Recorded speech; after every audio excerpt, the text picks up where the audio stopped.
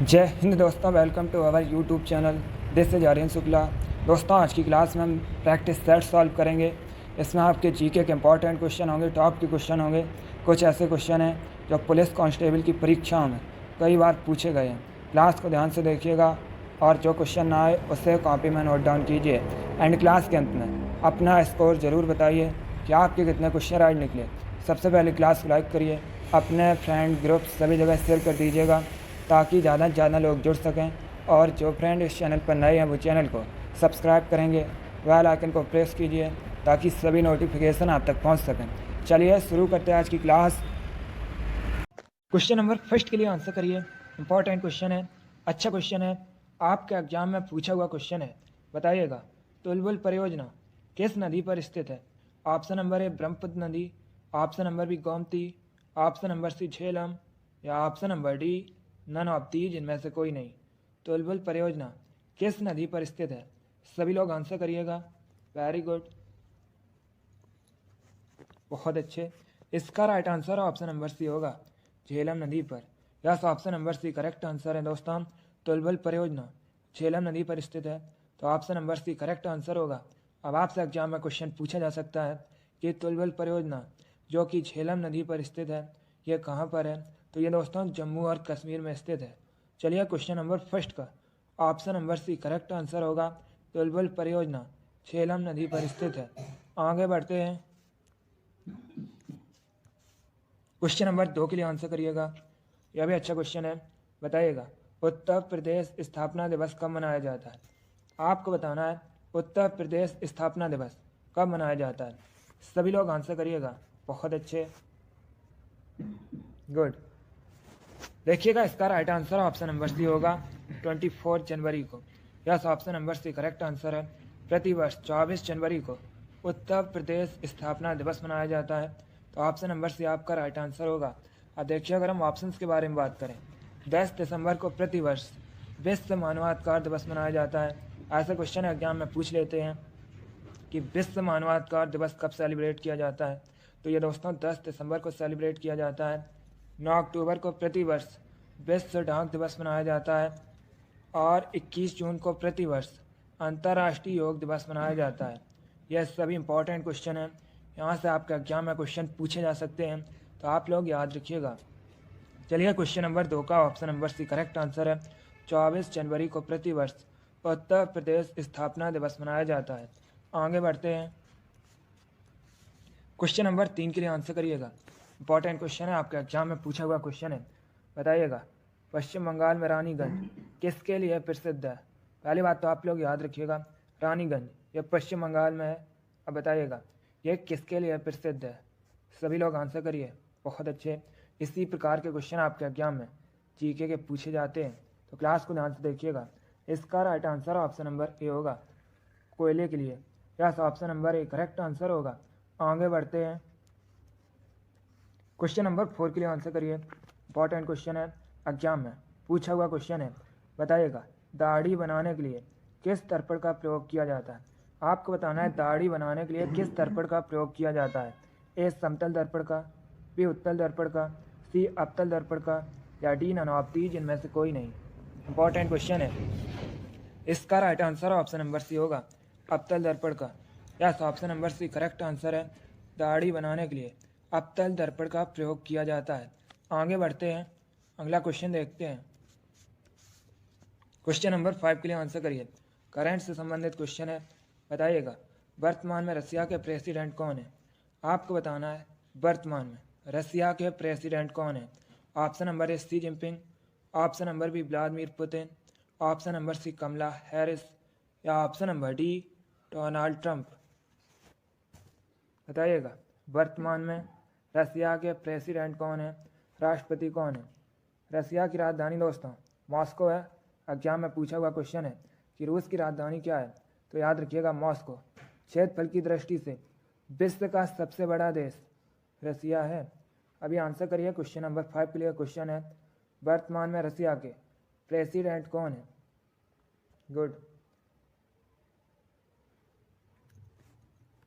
इसका right answer होगा option number B Vladimir Putin. Yes, option number B correct answer है, Vladimir Putin. ये दोस्तों अभी रसिया के प्रेसिडेंट हैं शी जिनपिंग वर्तमान में। चाइना के प्रेसिडेंट हैं कमला हैरिस, ये वर्तमान में यूएसए की उपराष्ट्रपति हैं और वर्तमान में यूएसए के राष्ट्रपति जो बाइडन हैं। इन ऑप्शंस के बारे में याद रखिएगा, यहाँ से आपके एग्जाम में क्वेश्चन पूछे जा सकते हैं। अगला क्वेश्चन देखते हैं। क्वेश्चन नंबर 6 के लिए आंसर करिए। इंपॉर्टेंट क्वेश्चन है, कई परीक्षाओं में यह क्वेश्चन इसी प्रकार से पूछा गया है। आपको बताना है सत्यार्थ प्रकाश के लेखक कौन है। बताइएगा सत्यार्थ प्रकाश के लेखक कौन है। A Mahatma Gandhi, B Swami Dayanand Saraswati, C Swami Vivekananda या D Raja Ram Mohan Roy. Important question है। इसका right answer option number B होगा Swami Dayanand Saraswati. Yes, option number B correct answer है दोस्तों। स्वामी दयानंद सरस्वती ने सत्यार्थ प्रकाश की रचना की है, तो ऑप्शन नंबर बी आपका राइट आंसर होगा। अब देखिए, अगर हम स्वामी दयानंद सरस्वती की बात करें, एग्जाम में क्वेश्चन पूछ लेते हैं कि स्वामी दयानंद सरस्वती का मूल नाम क्या था, तो दोस्तों मूल शंकर। स्वामी दयानंद सरस्वती का मूल नाम था वेदों की ओर लौटो। ये नारा दिया है दोस्तों स्वामी दयानंद सरस्वती ने। और स्वामी दयानंद सरस्वती ने 1875 में, कब दोस्तों, 1875 में आर्य समाज की स्थापना की थी मुंबई में। तो आप लोग इनके बारे में याद रखिएगा, यहाँ से क्वेश्चन एग्जाम में पूछे गए हैं, आगे भी पूछे जा सकते हैं। क्वेश्चन नंबर 6 का ऑप्शन नंबर भी करेक्ट आंसर होगा। स्वामी दयानंद सरस्वती की रचना है सत्यार्थ प्रकाश। आगे बढ़ते हैं।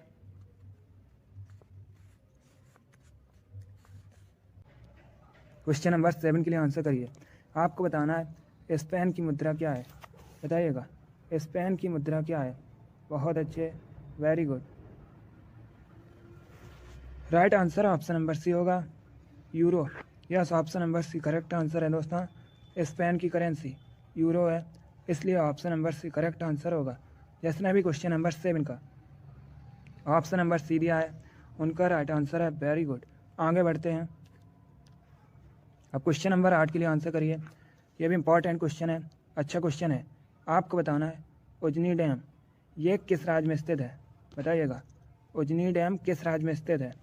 इंपॉर्टेंट क्वेश्चन है, पहले ऑप्शन को पढ़िए उसके बाद आंसर करिएगा। इसका right answer option number D होगा महाराष्ट्र में। Yes, option number D correct answer है दोस्तों। उजनी डैम ये महाराष्ट्र में स्थित है, इसलिए option number D correct answer होगा। अब यहाँ पर आपसे एग्जाम में क्वेश्चन पूछे जा सकते हैं कि उजनी डैम ये किस नदी पर है, तो आप लोग याद रखिएगा दोस्तों ये भीमा नदी पर है। इसीलिए इस डैम को भीमा डैम के नाम से भी जाना जाता है, भीमा बांध के नाम से भी दोस्तों इसे जाना जाता है, और भीमा सिंचाई परियोजना के नाम से भी इसी को जाना जाता है। तो आप लोग याद रखिएगा उजनी डैम महाराष्ट्र में है। चलिए क्वेश्चन नंबर 8 का option number D correct answer है, ये भीमा नदी पर है। आगे बढ़ते हैं। क्वेश्चन नंबर 9 के लिए आंसर करिए। बताइएगा दुर्गापुर कहाँ पर है। आपको बताना है दुर्गापुर ये किस राज्य में है। ए उड़ीसा में, बी पश्चिम बंगाल में, सी बिहार में या डी झारखंड में। इसका right answer option number B होगा वेस्ट बंगाल में। Yes, option number B correct answer है। दुर्गापुर पश्चिम बंगाल में है, इसलिए option number B correct answer होगा। आगे बढ़ते हैं। क्वेश्चन नंबर 10 के लिए आंसर करिए। यह भी अच्छा क्वेश्चन है। बताइएगा किस शहर को विश्व में चमड़े के शहर के रूप में भी जाना जाता है। आपको बताना है किसे चमड़े के शहर के रूप में भी जाना जाता है। इनमें से ए कानपुर को, बी कोलकाता को, सी लखनऊ को या डी लुधियाना को। आंसर करिएगा। इसका right answer option number A होगा Kanpur. Yes, option number A correct answer है दोस्तों। कानपुर को चमड़े के शहर के रूप में भी जाना जाता है, इसलिए option number A correct answer है। कानपुर के साथ ही दोस्तों आगरा और चेन्नई ये भी चमड़े के उद्योग के लिए प्रसिद्ध हैं। चलिए क्वेश्चन नंबर 10 का option number A correct answer होगा। बहुत अच्छे दोस्तों, वेरी गुड। क्वेश्चन नंबर 11 के लिए आंसर करिए। अब आपको बताना है हैदराबाद किस नदी के किनारे स्थित है। बताइएगा हैदराबाद किस नदी के किनारे स्थित है। ए कृष्णा, बी मूसी, सी लूनी या डी तुंगभद्रा।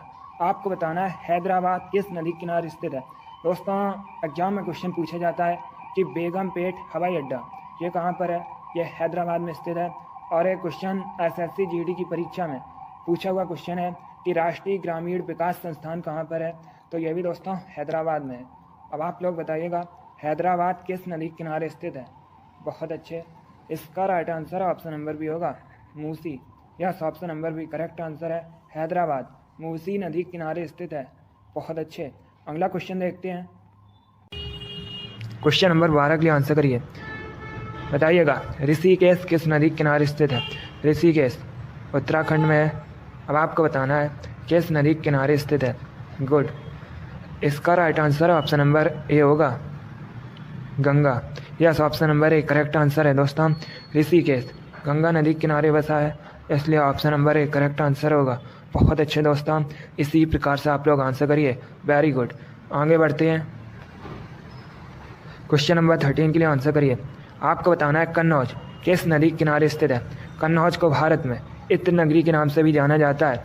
कई बार ये क्वेश्चन पूछा भी गया है कि किस शहर को इत्र नगरी के रूप में जाना जाता है, तो याद रखिएगा कन्नौज को। कन्नौज उत्तर प्रदेश में है। अब आपको बताना है ये किस नदी के किनारे स्थित है। Option number A Brahmaputra, option number B Narmada, option number C Ganga या ऑप्शन नंबर डी यमुना। सभी लोग क्वेश्चन नंबर 13 के लिए आंसर करिए। कन्नौज शहर किस नदी के किनारे बसा है? Right answer option number C होगा Ganga. Yes, option number C correct answer है दोस्तों। कन्नौज गंगा नदी के किनारे बसा है। आगे बढ़ते हैं। क्वेश्चन नंबर 14 के लिए आंसर करिए। आपको बताना है डिब्रूगढ़ ये किस नदी के किनारे स्थित है? डिब्रूगढ़ दोस्तों असम का शहर है। बताइएगा किस नदी के किनारे स्थित है? Option number A Chambal, option number B Brahmaputra, option number C है मांडवी या ऑप्शन नंबर डी हुगली। सभी लोग आंसर करिए क्वेश्चन नंबर 14 के लिए। Right answer option number B होगा Brahmaputra. Yes, option number B correct answer है दोस्तों। डिब्रूगढ़ ये ब्रह्मपुत्र नदी के किनारे बसा है, इसलिए option number B correct answer होगा। अभी मैंने आपको बताया था गुवाहाटी ये भी दोस्तों ब्रह्मपुत्र नदी के किनारे बसा है। कोटा चंबल नदी के किनारे बसा है। पणजी मांडवी नदी के किनारे बसा है। कोलकाता हुगली नदी के किनारे बसा है। तो ऑप्शंस के बारे में याद रखिएगा। क्वेश्चन नंबर 14 का ऑप्शन नंबर भी करेक्ट आंसर होगा। अब क्वेश्चन नंबर 15 के लिए आंसर करिए। आपको बताना है उज्जैन किस नदी के किनारे बसा है? उज्जैन मध्य प्रदेश में है। उज्जैन का प्राचीन नाम दोस्तों एग्जाम में कई बार पूछा गया है कि उज्जैन का प्राचीन नाम क्या है, तो उज्जैन का प्राचीन नाम अवंतिका है। अब आप लोग बताइएगा उज्जैन किस नदी के किनारे बसा है। एक क्वेश्चन और पूछा जाता है एग्जाम में कि महाकालेश्वर मंदिर कहाँ पर है, तो महाकालेश्वर मंदिर दोस्तों उज्जैन में है। चलिए क्वेश्चन नंबर 15 के लिए आंसर करिए। उज्जैन किस नदी के किनारे बसा है? Good. Right answer option number A होगा क्षिप्रा या सिप्रा, एक ही बात है दोस्तों। उज्जैन क्षिप्रा नदी के किनारे बसा है, इसलिए option number A correct answer है। बहुत अच्छे, गुड। अगला क्वेश्चन देखते हैं। क्वेश्चन नंबर 16 के लिए आंसर करिएगा। क्वेश्चन है दोस्तों साइंस से संबंधित है। आपको बताना है आवृत्ति का एसआई मात्रक क्या है? बताइएगा आवृत्ति का एसआई मात्रक क्या है? ऑप्शंस दिए गए हैं, ध्यान से आप लोग ऑप्शन पढ़िए, उसके बाद आंसर करिएगा। गुड। क्लास के अंत में अपना स्कोर जरूर बताइए कि आपके कितने क्वेश्चन राइट निकले। इसका right answer option number C होगा hertz. Yes, option number C correct answer है दोस्तों। हर्ट्ज आवृत्ति का एसआई मात्रक है, इसलिए option number C correct answer होगा। क्वेश्चन नंबर 16 का option number C correct answer है। वेरी गुड, बहुत अच्छे। आगे बढ़ते हैं। क्वेश्चन नंबर 17 के लिए आंसर करिए। क्वेश्चन है दोस्तों किसे सफ़ेद सोना कहा जाता है? आपको बताना है सफ़ेद सोना किसे कहा जाता है। ऑप्शन नंबर ए प्लेटिनम को, ऑप्शन नंबर बी बॉटो को, ऑप्शन नंबर सी मरकरी को या ऑप्शन नंबर डी ब्रोमीन को। बताइएगा किसे सफ़ेद सोना वाइट गोल्ड कहा जाता है। चलिए क्वेश्चन नंबर 17 के लिए आंसर करिएगा। इसका right answer option number A होगा प्लेटिनम को। Yes, option number A correct answer है। प्लेटिनम को सफ़ेद सोना वाइट गोल्ड कहा जाता है। क्वेश्चन नंबर 17 का option number A correct answer है। आगे बढ़ते हैं। क्वेश्चन नंबर 18 के लिए आंसर करिए। ये भी इंपॉर्टेंट क्वेश्चन है। ये भी क्वेश्चन आपके एग्जाम में कई बार इसी प्रकार से पूछा हुआ क्वेश्चन है। आपको बताना है दोस्तों मनुष्य के शरीर में सबसे लंबी हड्डी कौन सी होती है? बताइएगा मनुष्य के शरीर में जो सबसे लंबी हड्डी होती है उसका नाम क्या है? चलिए क्वेश्चन नंबर 18 के लिए आंसर करिए। ध्यान से ऑप्शन पढ़ लीजिए, उसके बाद आंसर करिएगा। आपको बताना है मनुष्य के शरीर में सबसे लंबी हड्डी कौन सी होती है। इसका right answer option number D होगा femur. Yes, option number D correct answer है दोस्तों। मनुष्य के शरीर में सबसे लंबी हड्डी फीमर होती है, इसलिए option number D correct answer है। ये दोस्तों मनुष्य के जांघ में होती है। अब अगर आपसे एग्जाम में पूछा जाए मनुष्य के शरीर में सबसे छोटी हड्डी का नाम क्या है, तो दोस्तों स्टेपिस, ये मनुष्य के शरीर की सबसे छोटी हड्डी है। ये कहाँ पर होती है, ये दोस्तों कान में होती है। तो आप लोग इनके बारे में याद रखिएगा, इन क्वेश्चन के बारे में। यहाँ से आपके एग्जाम में क्वेश्चन पूछे जा सकते हैं। अगर आपसे पूछा जाए मनुष्य के शरीर के सबसे लंबी हड्डी का नाम क्या है, तो याद रखिएगा फीमर है। ये दोस्तों मनुष्य के जांघ में होती है। और अगर आपसे पूछा जाए मनुष्य के शरीर में सबसे छोटी हड्डी का नाम क्या है, तो याद रखिएगा स्टेपिस, ये दोस्तों मनुष्य के कान में होती है। चलिए इतना आप लोग याद रखिएगा। क्वेश्चन नंबर 18 का option number D correct answer है। आगे बढ़ते हैं। क्वेश्चन नंबर 19 के लिए आंसर करिए। आपको बताना है गौतम बुद्ध के गुरु कौन थे। गौतम बुद्ध, इन्होंने दोस्तों बौद्ध धर्म की स्थापना की थी। अब आपको बताना है गौतम बुद्ध के गुरु कौन थे। एक क्वेश्चन आपके एग्जाम में पूछा गया था कि बौद्ध धर्म को ग्रहण करने वाली पहली महिला कौन थी, तो याद रखिएगा गौतमी दोस्तों बौद्ध धर्म को ग्रहण करने वाली पहली महिला थी। अब यहाँ पर आप लोग आंसर करिए। आपको बताना है गौतम बुद्ध के गुरु कौन थे। Right answer option number C होगा R Kalam. Yes, option number C correct answer है। आर कलाम ये गौतम बुद्ध के गुरु थे। क्वेश्चन नंबर 19 का option number C correct answer है। आगे बढ़ते हैं। क्वेश्चन नंबर 20 के लिए आंसर करिए। क्वेश्चन है दोस्तों प्रमुख लोक कला साथिया का संबंध किस राज्य से है। आपको बताना है साथिया, ये दोस्तों प्रमुख लोक कला है, इसका संबंध किस राज्य से है। ऑप्शन नंबर ए महाराष्ट्र से, ऑप्शन नंबर बी बिहार से, ऑप्शन नंबर सी झारखंड से, या ऑप्शन नंबर डी गुजरात से। तो इसका राइट आंसर क्या होगा। Correct answer option number D होगा गुजरात से। Yes, option number D correct answer है। प्रमुख लोक कला साथिया का संबंध गुजरात से है। आगे बढ़ते हैं। क्वेश्चन नंबर 21 के लिए आंसर करिए। आपको बताना है वनस्पति विज्ञान का पिता किसे कहा जाता है। चलिए क्वेश्चन नंबर 21 के लिए आंसर करिएगा। बताइएगा वनस्पति विज्ञान का पिता किसे कहा जाता है।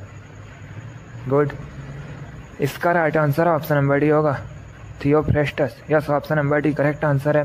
थियोफ्रेस्टस को वनस्पति विज्ञान का पिता या वनस्पति विज्ञान का जनक कहा जाता है। क्वेश्चन नंबर 21 का option number D correct answer होगा। आगे बढ़ते हैं। अब आंसर करिए क्वेश्चन नंबर 22 के लिए। आपको बताना है वर्तमान में हरियाणा के मुख्यमंत्री कौन है। बताइएगा वर्तमान में हरियाणा के मुख्यमंत्री कौन है। सभी लोग आंसर करिए क्वेश्चन नंबर 22 के लिए। गुड, इसका राइट आंसर होगा option number B Manohar Lal Khattar. Yes, option number B correct answer है दोस्तों मनोहर लाल खट्टर। ये वर्तमान में हरियाणा के चीफ मिनिस्टर हैं, इसलिए option number B correct answer होगा। शिवराज सिंह चौहान, ये दोस्तों वर्तमान में मध्य प्रदेश के मुख्यमंत्री हैं। पुष्कर सिंह धामी, ये वर्तमान में उत्तराखंड के मुख्यमंत्री हैं। और योगी आदित्यनाथ, अभी मैंने आपको बताया था, ये उत्तर प्रदेश के मुख्यमंत्री हैं। क्वेश्चन नंबर 22 का option number B correct answer है। हरियाणा के वर्तमान में मुख्यमंत्री मनोहर लाल खट्टर हैं। आगे बढ़ते हैं। क्वेश्चन नंबर 23 आपके सामने है। इंपॉर्टेंट क्वेश्चन है। आपको बताना है भारत के किस राज्य को मसालों का बगीचा कहते हैं। आपको बताना है भारत में किस राज्य को मसालों का बगीचा कहा जाता है। ए आंध्र प्रदेश को, बी केरल को, सी तमिलनाडु को, या डी उत्तराखंड को। गुड, इसका right answer option number B होगा केरल को। Yes, option number B correct answer है। केरल को भारत में मसालों का बगीचा कहा जाता है, इसलिए option number B correct answer है। एक क्वेश्चन आपके एग्जाम में पूछा गया था, मैंने भी आपको ये क्वेश्चन कई बार बताया है कि केरल की ऑफिशियल लैंग्वेज क्या है। ये क्वेश्चन आपके एग्जाम में पूछा हुआ क्वेश्चन है, तो आप लोग याद रखिएगा मलयालम दोस्तों केरल की ऑफिशियल लैंग्वेज है। क्वेश्चन नंबर 23 का option number B correct answer है। केरल को भारत में मसालों का बगीचा कहा जाता है। अगला क्वेश्चन देखते हैं। क्वेश्चन नंबर 24 आपके सामने है। बताइएगा गीता रैस पुस्तक के लेखक कौन है। आपको बताना है गीता रैस नामक पुस्तक के लेखक कौन है। ए जवाहरलाल नेहरू, बी बाल गंगाधर तिलक, सी महात्मा गांधी, या डी सुभाष चंद्र बोस। आपको बताना है गीता रैस नामक पुस्तक किसके द्वारा लिखी गई है। बहुत अच्छे, इसका right answer option number B होगा Bal Gangadhar Tilak. Yes, option number B correct answer है दोस्तों। गीता रैस पुस्तक के लेखक बाल गंगाधर तिलक हैं। अगला क्वेश्चन देखते हैं। क्वेश्चन नंबर 25 आपके सामने है। अब आपको बताना है धनराज पिल्ले किस खेल से संबंधित हैं। बताइएगा धनराज पिल्ले किस खेल से संबंधित है? गुड, बहुत अच्छे। आपको बताना है धनराज पिल्ले किस खेल से संबंधित है? Right answer option number C होगा, हॉकी से। Yes, option number C correct answer है दोस्तों। धनराज पिल्ले एक भारतीय हॉकी के खिलाड़ी हैं, इसलिए option number C correct answer होगा। अगला क्वेश्चन देखते हैं। क्वेश्चन नंबर 26 के लिए आंसर करिए। इंपॉर्टेंट क्वेश्चन है, बताइएगा सलाल परियोजना किस नदी पर है? एक क्वेश्चन एग्जाम में पूछ लेते हैं कि सलाल परियोजना कहाँ पर है, तो याद रखिएगा दोस्तों ये जम्मू और कश्मीर में है। अब आपको बताना है ये किस नदी पर है। अच्छा क्वेश्चन है, बताइएगा सलाल परियोजना किस नदी पर है? Right answer option number D होगा, चिनाब नदी पर। Yes, option number D correct answer है। सलाल परियोजना जो कि दोस्तों जम्मू कश्मीर में है और ये चिनाब नदी पर स्थित है। अगला क्वेश्चन देखते हैं। क्वेश्चन नंबर 27 के लिए आंसर करिए। बताइएगा फ्लोरीन का परमाणु क्रमांक कितना होता है? आपको बताना है फ्लोरीन की परमाणु संख्या कितनी होती है। पहली बात तो आप लोग याद रखिएगा, फ्लोरीन को दोस्तों एफ से रिप्रेजेंट किया जाता है। अब आपको बताना है फ्लोरीन की परमाणु संख्या कितनी होती है। वेरी गुड, बहुत अच्छे। इसका right answer option number C होगा 9। Yes, option number C correct answer है। फ्लोरीन की परमाणु संख्या 9 होती है। क्वेश्चन नंबर 27 का option number C correct answer है। आगे बढ़ते हैं। अब क्वेश्चन नंबर 28 के लिए आंसर करिए। आपको बताना है विश्व पर्यटन दिवस कब मनाया जाता है। बताइएगा विश्व पर्यटन दिवस कब मनाया जाता है। बहुत अच्छे। इसका right answer option number D होगा 27 सितंबर को। Yes, option number D correct answer है दोस्तों। प्रतिवर्ष 27 सितंबर को विश्व पर्यटन दिवस मनाया जाता है, इसलिए option number D correct answer होगा। अगला क्वेश्चन देखते हैं। क्वेश्चन नंबर 29 के लिए आंसर करिए। यह भी अच्छा क्वेश्चन है। आपको बताना है निम्न में से किस वेद में संगीत का वर्णन है। बताइएगा संगीत का वर्णन किस वेद में है। ऑप्शन दिए गए हैं, ध्यान से ऑप्शन पढ़िए, उसके बाद ही आंसर करिएगा।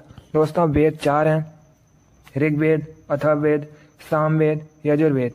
एक क्वेश्चन एग्जाम में पूछ लेते हैं कि वेदों की रचना किस भाषा में की गई है, तो आप लोग याद रखिएगा वेदों की रचना दोस्तों संस्कृत भाषा में की गई है। अब बताइएगा किस वेद में संगीत का वर्णन है। Good, right answer option number C होगा सामवेद में। Yes, option number C correct answer है। सामवेद में संगीत का वर्णन है, इसलिए option number C correct answer है। एग्जाम में क्वेश्चन पूछा गया था कि सबसे प्राचीन वेद कौन सा है, तो याद रखिएगा दोस्तों ऋग्वेद सबसे प्राचीन वेद है। और एक क्वेश्चन एग्जाम में पूछा जाता है कि गायत्री मंत्र का उल्लेख किस वेद में है, तो आप लोग याद रखिएगा ऋग्वेद में दोस्तों गायत्री मंत्र का उल्लेख है। चलिए क्वेश्चन नंबर 29 का option number C correct answer है। संगीत का वर्णन सामवेद में है। आगे बढ़ते हैं। क्वेश्चन नंबर 30 के लिए आंसर करिए।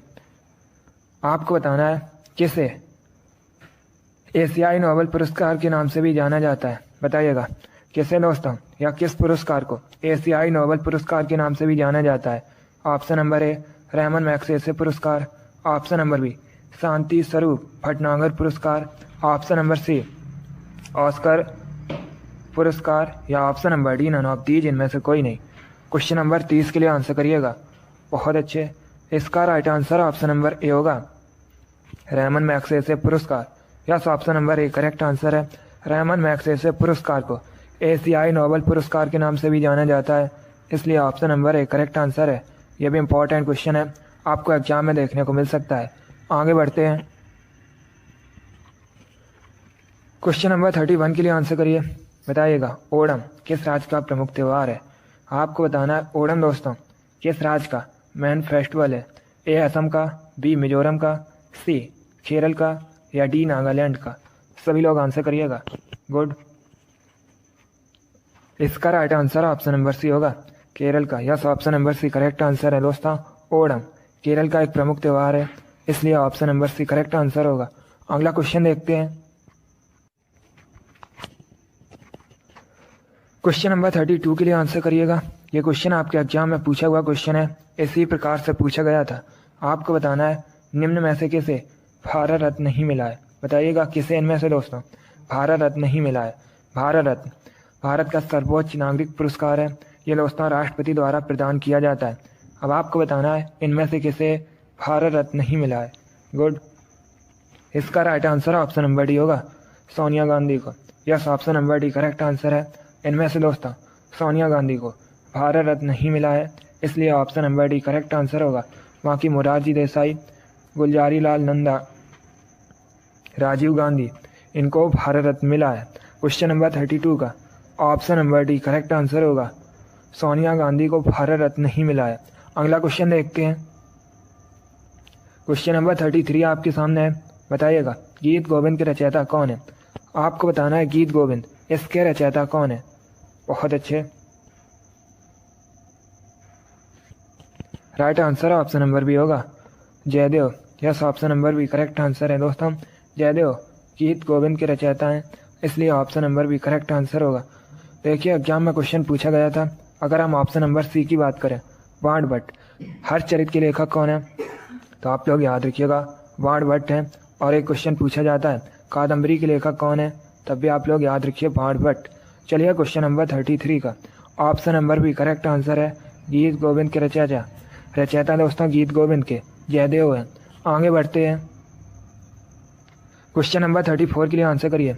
बताइएगा महाभारत में अर्जुन किसके पुत्र थे। आपको बताना है महाभारत में दोस्तों अर्जुन किसके पुत्र थे। एग्जाम में क्वेश्चन पूछा जाता है कि महाभारत को और किस नाम से जाना जाता है, तो आप लोग याद रखिएगा महाभारत को दोस्तों जय संहिता के नाम से भी जाना जाता है।